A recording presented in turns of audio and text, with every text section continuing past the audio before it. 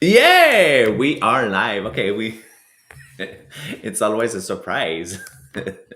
All right, so good morning, everyone. As you know, Jean-Philippe and I, we are doing the podcast, and we are on Monday and Tuesday talking about um, how to build your uh, self-esteem. Okay.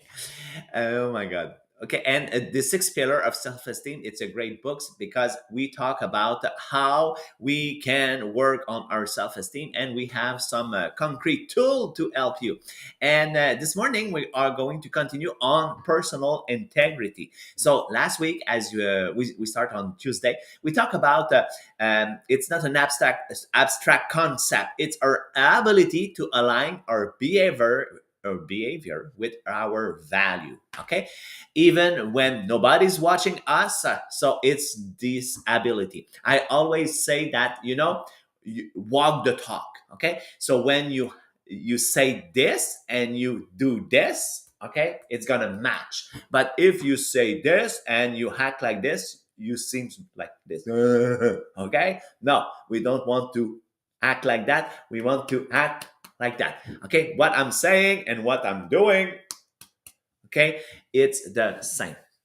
We talk about, let's say, I always say to the people when I'm doing my life, I say to the people that pay yourself first. Okay, meaning I'm doing my own coffee every day. So now, as you know, I have a boutique in Rosemère, and I'm always have my lunch. So I bring my, let's say, my lunch and my dinner. Okay, I have my coffee.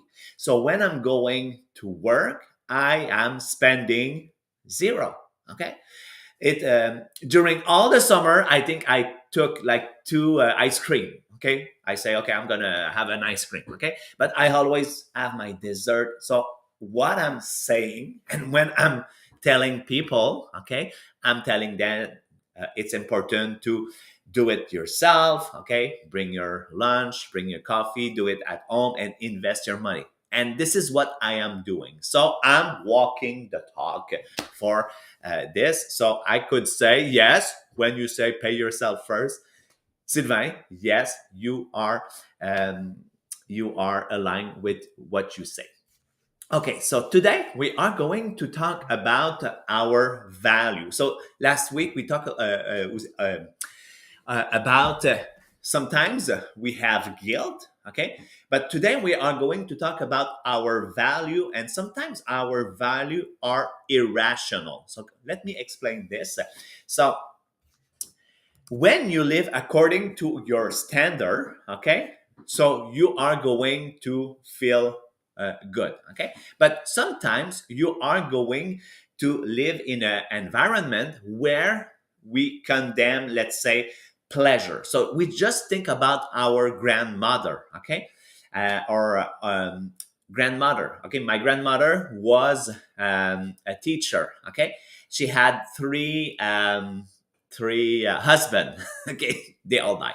Okay, suddenly, and I don't know. Yeah, and at that time, the church say, okay, you have to have children, and the priest was going to their home, and they say, okay, now the youngest, it's 2 years old, it's time to have a new baby. Okay, so the um, sexuality was something just for procreation. It was not pleasure. Okay, they were condemning pleasure. Okay, at that time, but the society evolved. Okay, when my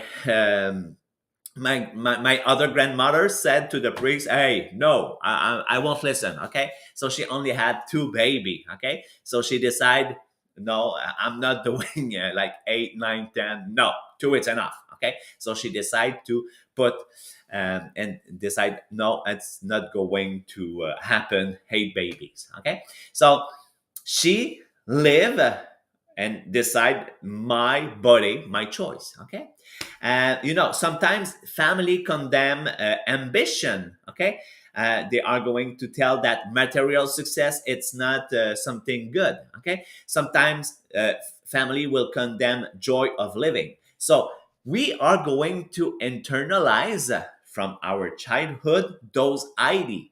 Okay, so success, it's not good. Ambition, no, no, no, no. Okay, it's not something that money is going to ruin you. And okay, so that way you're going to internalize those aspect in your life. So you are going to heard, let's say, rich people are selfish. Okay, one thing more in life, it's materialistic. Okay, a good person should be satisfied with very little thing.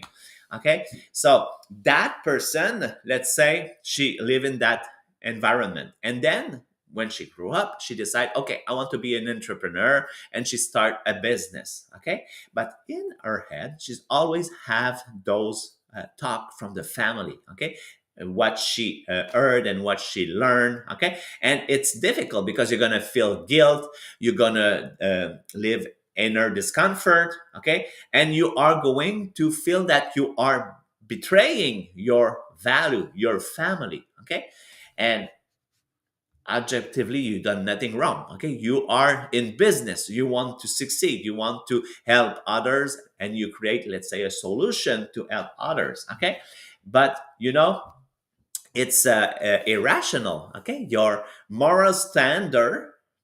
Okay, it's okay to have a life of success, and you work hard, you can reward yourself. Okay, and uh, we don't have to condemn ambition, creation, success. So it's important. Okay, so you live in that kind of environment, so you have to be make sure that um, it is you are going to have some friction with what you learn, but you have to evolve with that.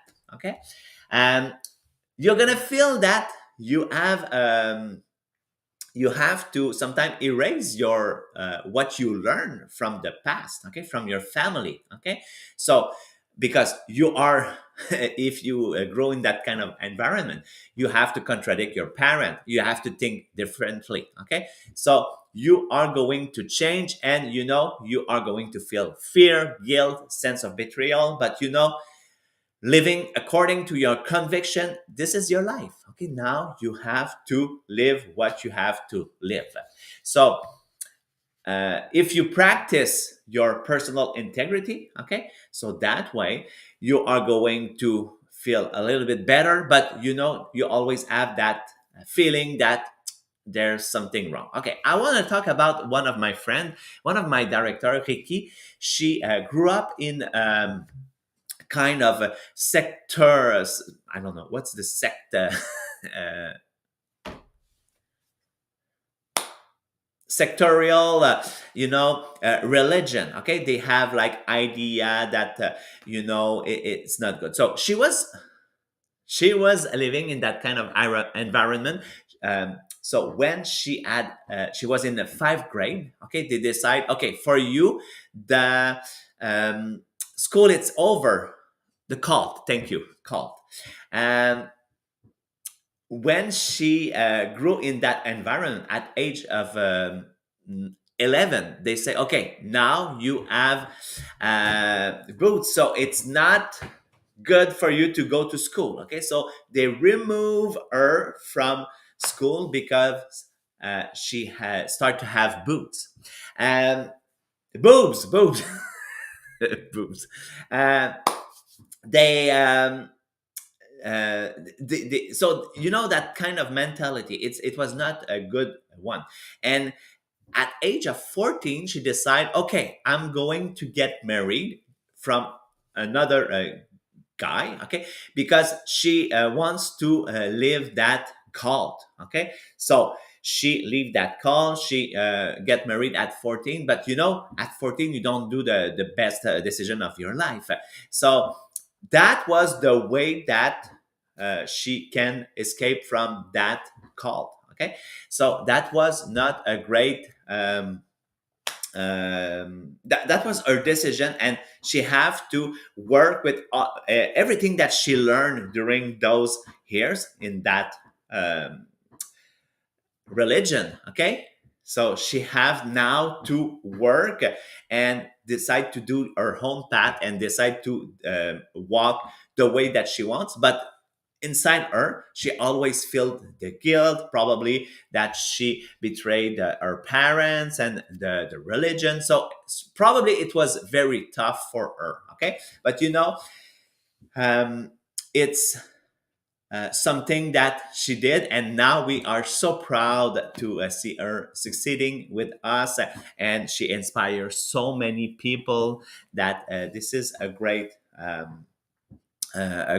way that when you are in a developing program, okay, when you work on yourself so you can grow and you can escape everything that you learned from your past.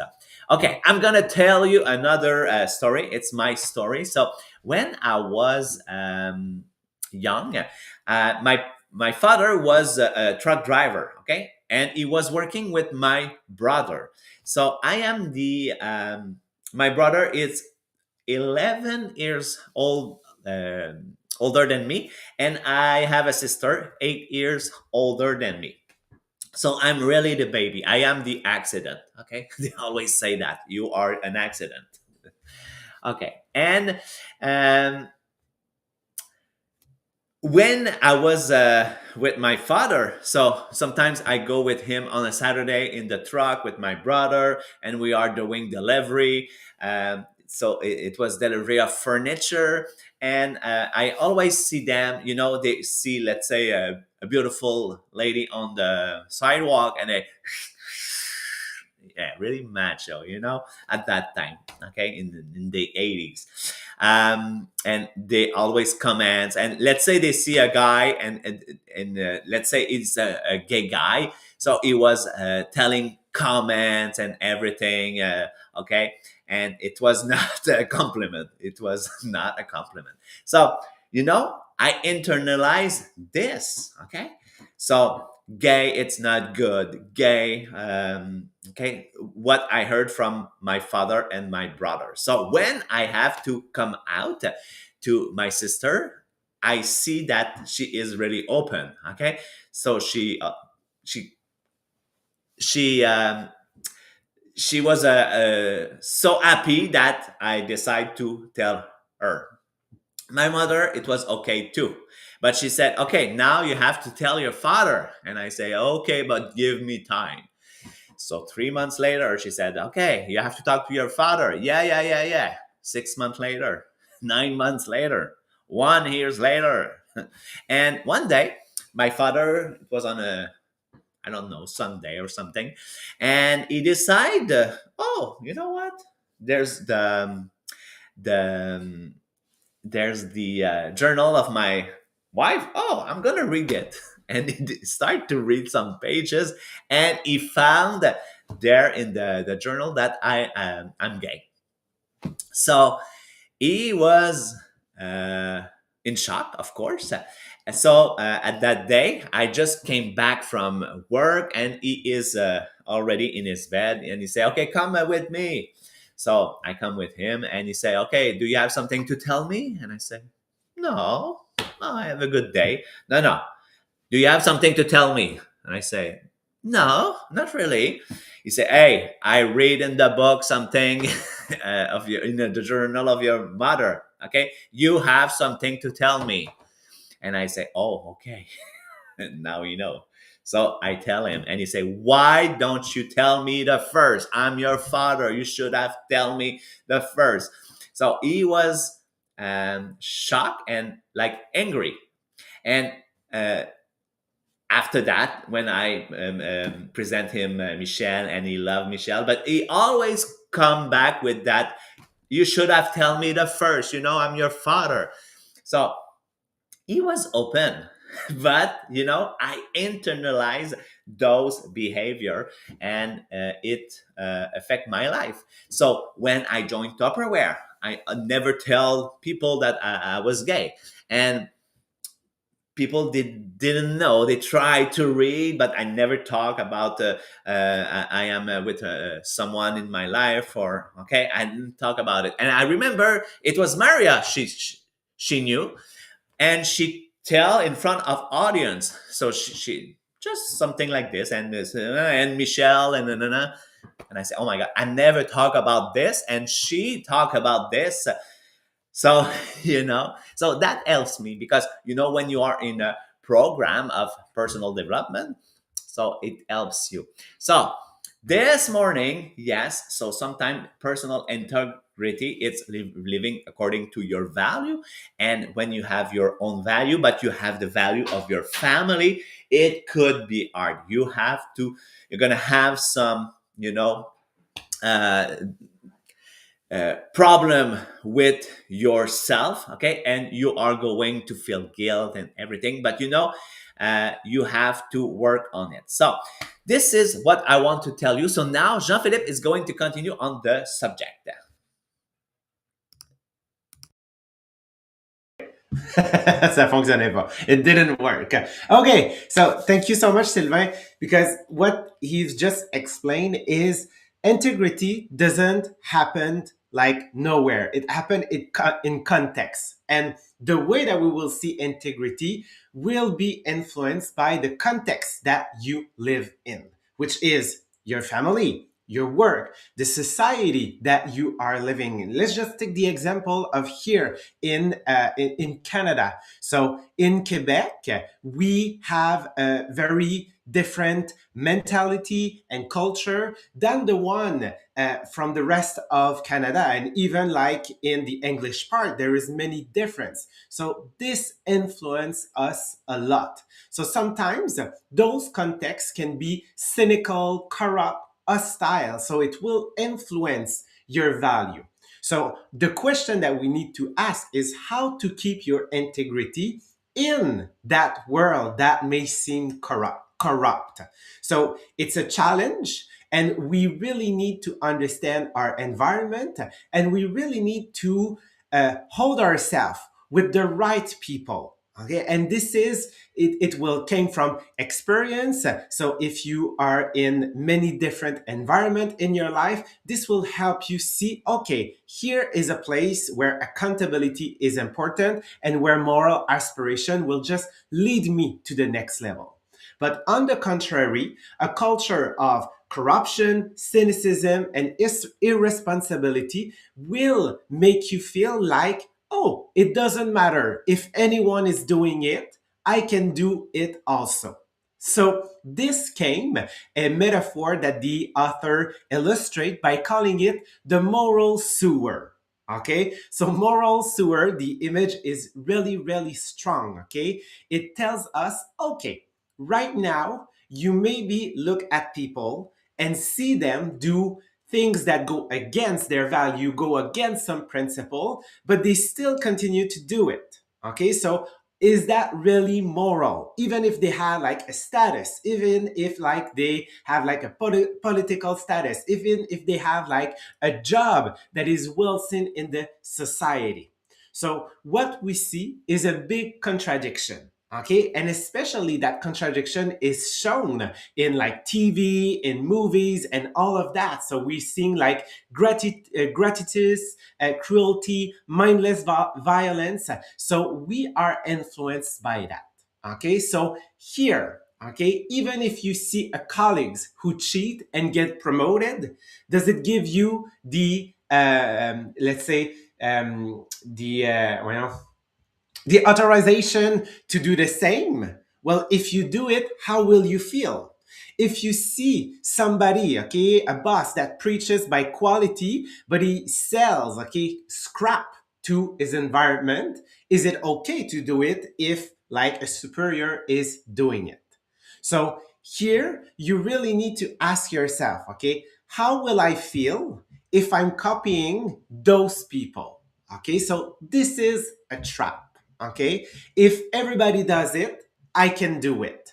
But remember, integrity is not about how people see you. It's not about how people like what they're telling you. Okay, it's not about their action that tell you, okay, you can do it. Integrity is a concept with oneself. It's with you. You are the only person that will live 100% of the times with you. Okay, Even your partner, okay, even if you spend the times like all the day with you, the only one that is fully committed with yourself, okay, is you, because you live with that mind. Okay, so here, if you're telling yourself, I can do it because everybody do it, okay, well, how will you live after that?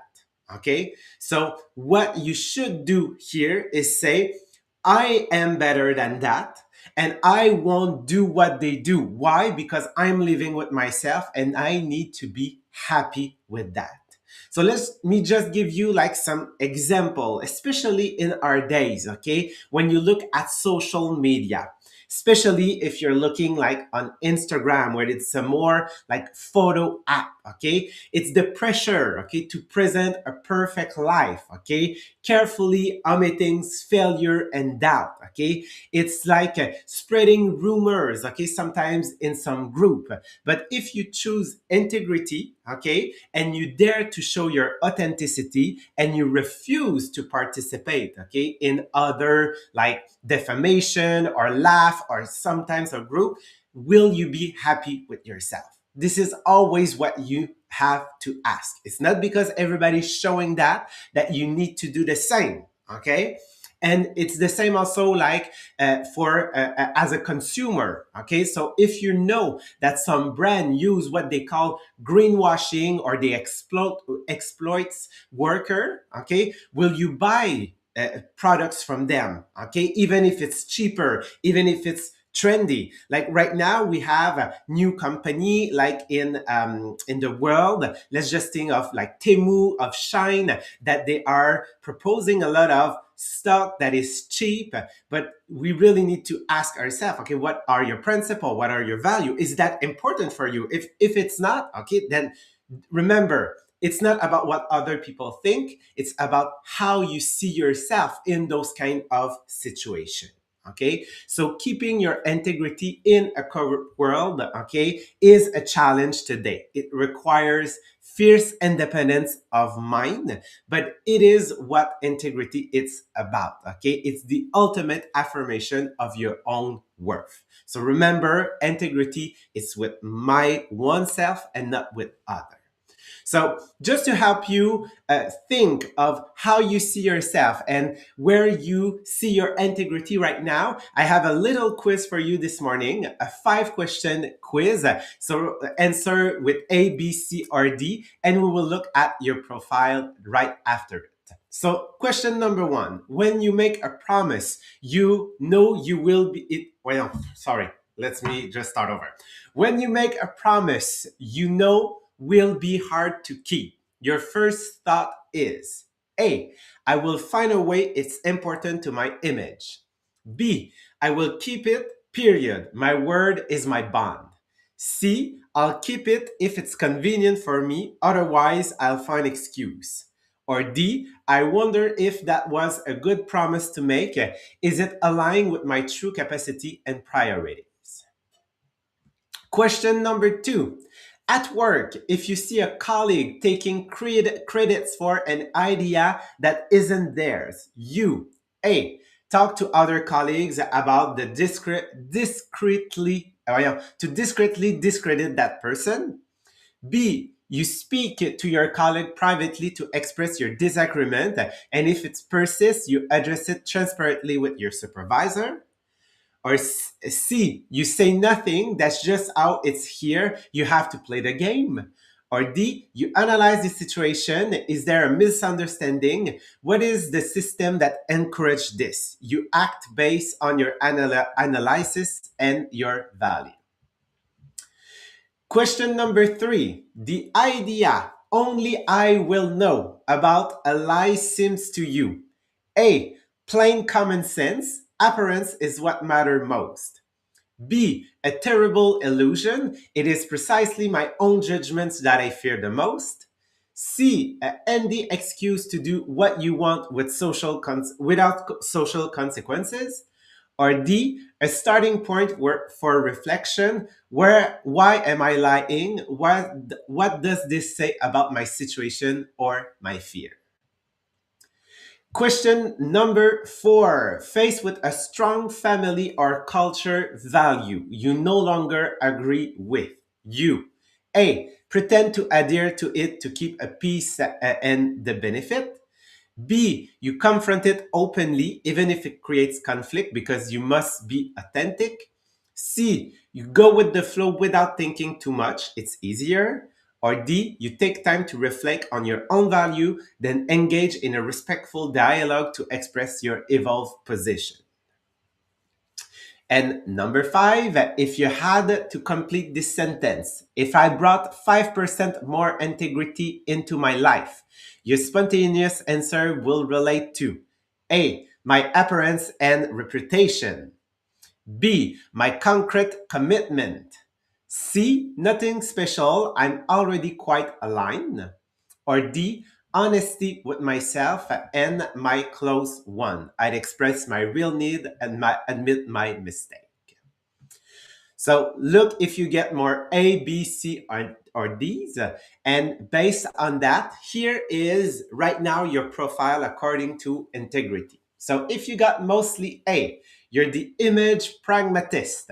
Your compass is often external, reputation, status, perception of other. Your integrity is for you a relational strategy. Beware of the risk of becoming a chameleon whose value change with context.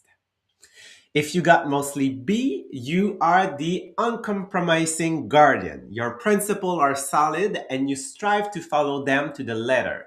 Your integrity is action oriented and about keeping your word.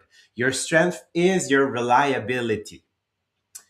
If you got mostly C, you are the passive navigator. You tend to go with the flow to avoid conflict for ease. Integrity is not a central concern or you think is not within your control.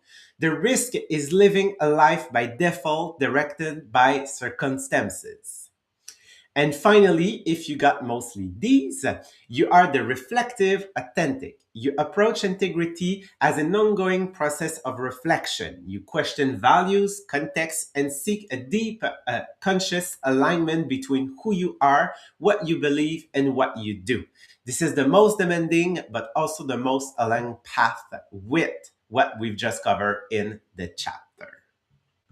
So remember, when we talk about those principles, when we talk about those pillars, okay, it's not to feel a judgment. Okay, remember that those are information and knowledge to help you act according to those value principle to help you grow in the complex world that we live in.